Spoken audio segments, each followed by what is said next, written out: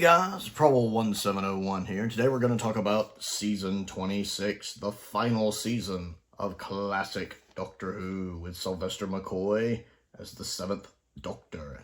First off, let's talk about this beautiful art here. Lee Binding has done a great job. I always love the art he does for these sets, and that's a perfect look for McCoy for Season 26.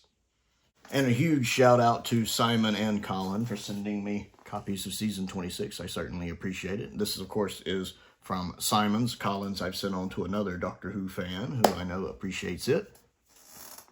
I like Season 26. Classic Doctor Who really goes out on a high note. Now, I find Season 24 underrated, but I will admit that Season 25 and 6 especially really picked Doctor Who back up. It really gets up to those heights that we hadn't seen really since Season 22. And I just really enjoyed this. We see the 7th Doctor dip more into this darker Machiavellian chess master McCoy persona that we saw him really start to get into in Season 25. His outfit gets darker to match that. His jacket becoming darker. The band around his hat getting darker. To really kind of personify that on screen. To really give us a visual representation of it. Ace continues to be good. Sophie plays Ace so well. Ace is just such a well fleshed out companion. She's constantly cited as kind of a template for what we would get later with Rose, and I can see the argument there, although I think Ace is better than Rose. And Sylvester and Sophie have good chemistry, just as the 7th Doctor and Sophie have good chemistry. And they're really good on screen together because of that. And then we have 4 stories that, in my opinion, 2 of which are just classics. Straight up classics. I absolutely love them. We have no bad stories this season either. All 4 stories are good to one degree or another. We have the last appearance briefly of the classic Tardis set, which was in rough shape at the time, at the beginning of Battlefield, I believe it is. Before it's kind of gone. We don't really see the Tardis much in McCoy's era. I think the set had just kind of given up the ghost at that point. It's nice that Doctor Who went out on such a high note, in my opinion. I love the fact that it went out really. I know the viewing numbers weren't always there. The show was going through a lot at the time. Kind of like now. But there was definitely some strong quality in this season. Andrew Cartmel knew what he wanted to do. He had plans in place. And I feel like J&T, for the most part, was letting him do his thing, which worked. We start off with Battlefield.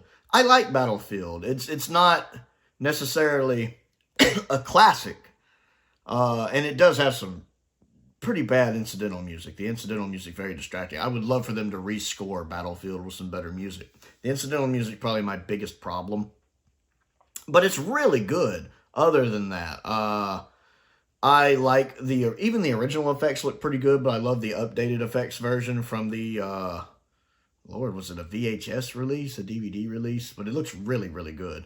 I love having Jean Marsh back in Doctor Who again. Jean Marsh is always great in Doctor Who when she shows up. She is always great, and she's good playing Arthur's sister. I can never remember if it's Morgase, Morgane, or Morgana. It jumps around depending on which Arthur property you're talking about. But she's amazing in this. I love having the Brigadier back. It's nice that we get one last story with the Brigadier in Doctor Who. Nicholas Courtney is always great. He is fantastic here. I love how he goes out. Well, I mean, he doesn't die. I know the original plan was for him to die, but how he goes out just being a boss fighting. And it is nice that he survived, that we got him later in Sarah Jane Adventures and stuff like that. But it's a great performance. It's a great performance. I like the girl that Ace becomes friends with. I can't remember her name, but she's really good in this too. I would have liked to have seen her maybe in another story that season. I liked her. The makeup, the makeup on the creature, the beast. I can't remember the name of it. The demon-looking creature looks really good. That blue makeup with the teeth and that's especially for classic Doctor Who.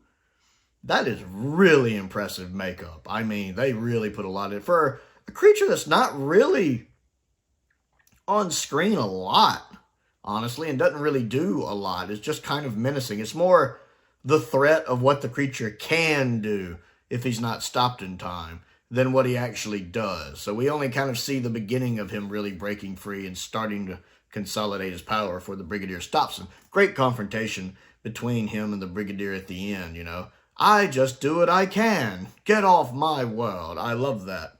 I love that. Again, I like the Brigadier with 7. The Brigadier gets on with all of the doctors he meets. All of them. And I always like that. They still have that camaraderie between them. Him and 7 get on just fine. The fact that the Doctor is Merlin, like a future version of the Doctor is Merlin, I love that. I wish the modern series would explore that. I'd love to get a whole season, or like half a season of the modern series where he's just being Merlin.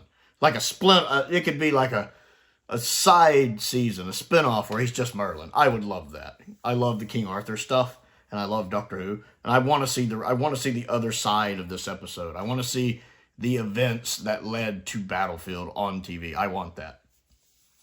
The guy playing the knight that's on the Doctor's side, the young guy, he's good. I like him. Now, the guy playing Jean Marsh's son is a little too over the top for me. He's a little too over the top for me. Especially when he's ha, ha, ha, ha. He's a little too over the top. Some of the sword fighting looks a little choreographed at times, like more like they're dancing. And the bit when the Doctor walks between them doing a hat is a little much, to be fair. The incidental music doesn't help the fight scenes either. I love Brigadier Bombera. She needs to come back. Was it Angela? Is that her real name? Angela? She's great. She is great in this. I really like Brigadier Bombera. I really would love to see her come back in Modern Who. Like, she comes out of retirement or something. She's great. I love the way the Doctor stops Jean Marsh in this. When she's doing the countdown and he appeals to her honor. It's a great speech. It's such an underrated speech. McCoy's speeches are just so underrated in general. They do not get enough credit. This is such a good speech. The ticking clock in the background kind of hurts it. And he does kind of go into that fake voice at the end of it a little. But for the most part, that is a phenomenally good speech. It's a dark speech too, you know. Tears in the kids' eyes, but they're not tears, you know, they're cinders. I mean, it's brutal. Just death, and more death. And it's brutal. McCoy's good at doing that stuff. So that's such a good speech. I like some of the location work, even if it is all done on video. It's really, really good. I like Battlefield. It's not perfect, but it's good. I also like the scene between the Brigadier and Jean Marsh when they're at the church, like somebody, had died, the funeral stuff. And again, she acts with honor and is like, next we meet, we'll have to fight. And then the same way she pays the tab, restoring the woman's sight. I like the fact that she just feels like a very nuanced character, that she's not a bad guy or bad girl or villain in the sense that she does have her own code of ethics and sense of honor, which I like, which is, again, how the Doctor appeals to stop her at the end of the episode. And she agrees. She's like, no. I like that. I enjoy that. Jean Marsh is awesome. So I like Battlefield. And to think, it's not even in my top 2 for the season. Next up, we have Ghostlight. You guys know I love Ghostlight. Ghostlight, I can understand if people watch Ghostlight 3 times and have no idea what's going on in Ghostlight. That's Ghostlight. Ghostlight, it's the feel of Ghostlight. It makes it such a fun watch. The atmosphere of it. The tension to it. It just has this vibe to it and this feel to it that no other Doctor Who story has. The setting in the house is perfect. The set design for that is perfect. It is cast perfectly because the guest cast feel off, especially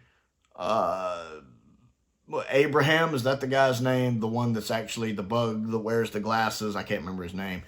The actor playing him does a good job. The actor playing his wife does a good job. The actor playing the daughter, she does a good job. They all act off. Like there's something weird about them, that they're not normal. It's how they portray those characters that really helps sell it, especially in addition to the setting. I love the low lighting that's done there. I love the fact that McCoy doesn't wear his hat much in this one. Also, keeping in mind, this was the final Doctor Who story that was filmed Not the final one, of course, in broadcast order, but the final one that was filmed, the final one in production order, with the last scene of classic Doctor Who being filmed was when the mother and daughter turned to stone. Which is one thing I don't like. I don't like the fact they turned to stone. It's a cool effect, but I wish the Doctor had been able to save them. It is a really neat effect and really gets across what Light's trying to do. I mean, the scene serves a function. I just wish the Doctor could have saved them. But it's still a pretty cool scene. McCoy's limited acting does pop up a couple times in this one. Because I love McCoy, and he's great at nailing the Doctor in some ways, but he does have a slightly more limited range than a lot of the actors who played the character. And there are times when he's really trying to give these grand speeches with his voice raised where it doesn't quite work. Like there's that scene when he's talking to the guy and it doesn't work.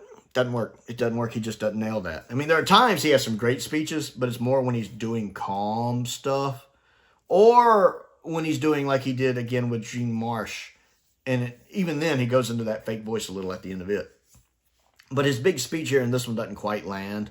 I do love the rapport between him and Ace in this episode, though. I especially love the work print version that's on the box set that adds in a low-res version of deleted scenes. That's my definitive way to watch this now. And yeah, just the actors are good. I really like Ghostlight. There's no other Doctor Who story like it, and I enjoy that.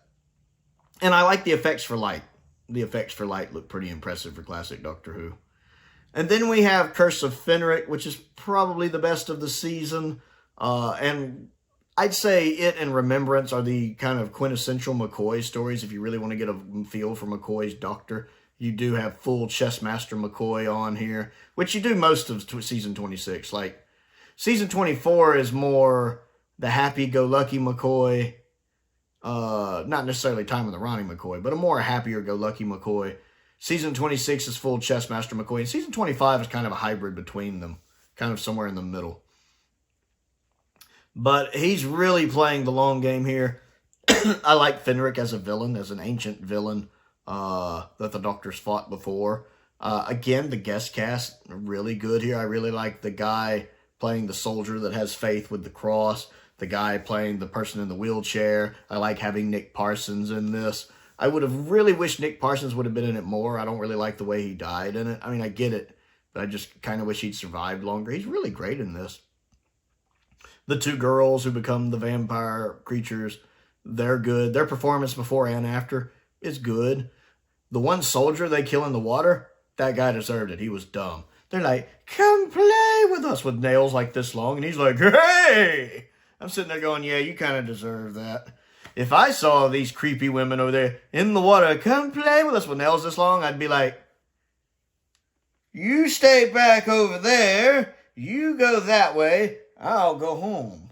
I do like the fact they went back and took out their, like, Matrone, their mom, their stepmom, whoever she was. I like the fact they remembered enough to go back and get her. I don't know why, but I love that. Again, good location work. Really good location work. The studio work is good. Curse of Fenric is just quintessential Doctor Who. I really, really enjoy this one. I love the Hemivore makeup.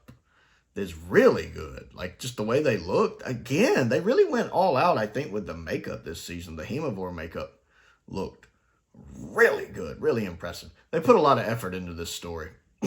Now, I do prefer the updated effects version of it. Partially because the updated effects look nice. Partially because I like that edit and the color grade better. Like the rainy scenes look rainy like they're supposed to. The sunny scenes look sunny like they're supposed to. And you could tell that a lot of the McCoy era had to be edited and reordered to fit the transmission time. So it wasn't the original vision of the stories that were being out. They had to make things fit because a lot of stories, including Curse of Fenric, overran. So I like getting these original edits back because for me, the story flows better and that's more closer to the original vision of what they wanted anyway. And it works a lot better.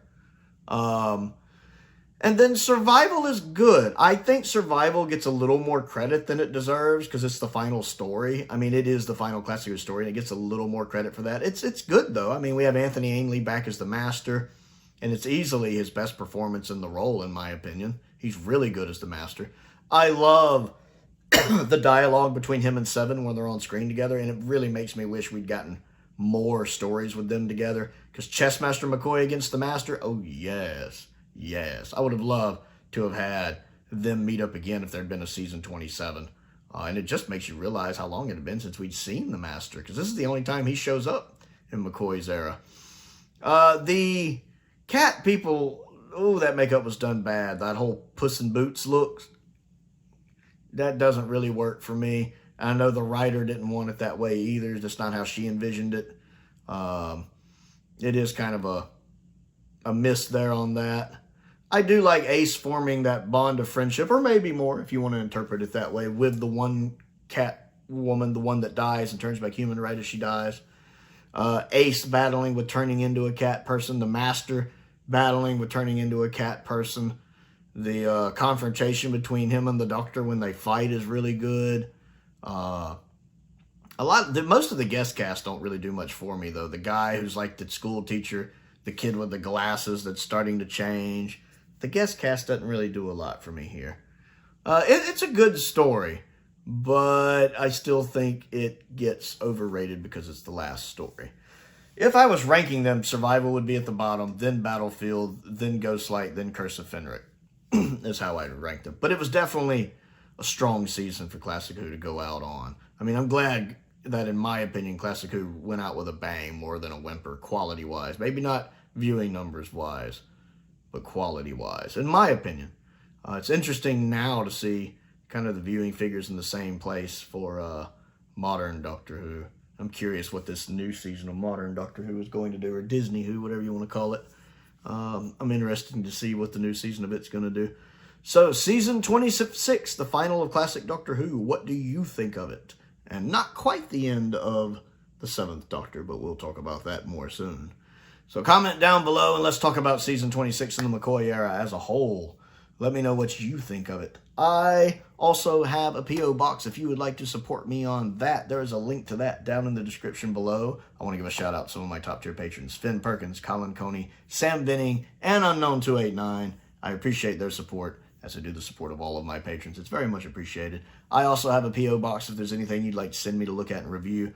A link to my Amazon wishlist is down there. A link to the Amazon UK wishlist is also down there. And hey, I'd appreciate it just if you're not subscribed yet. Click that subscribe button. Click that like button. That helps me out. That helps me grow the channel. That helps me fight the almighty YouTube algorithm.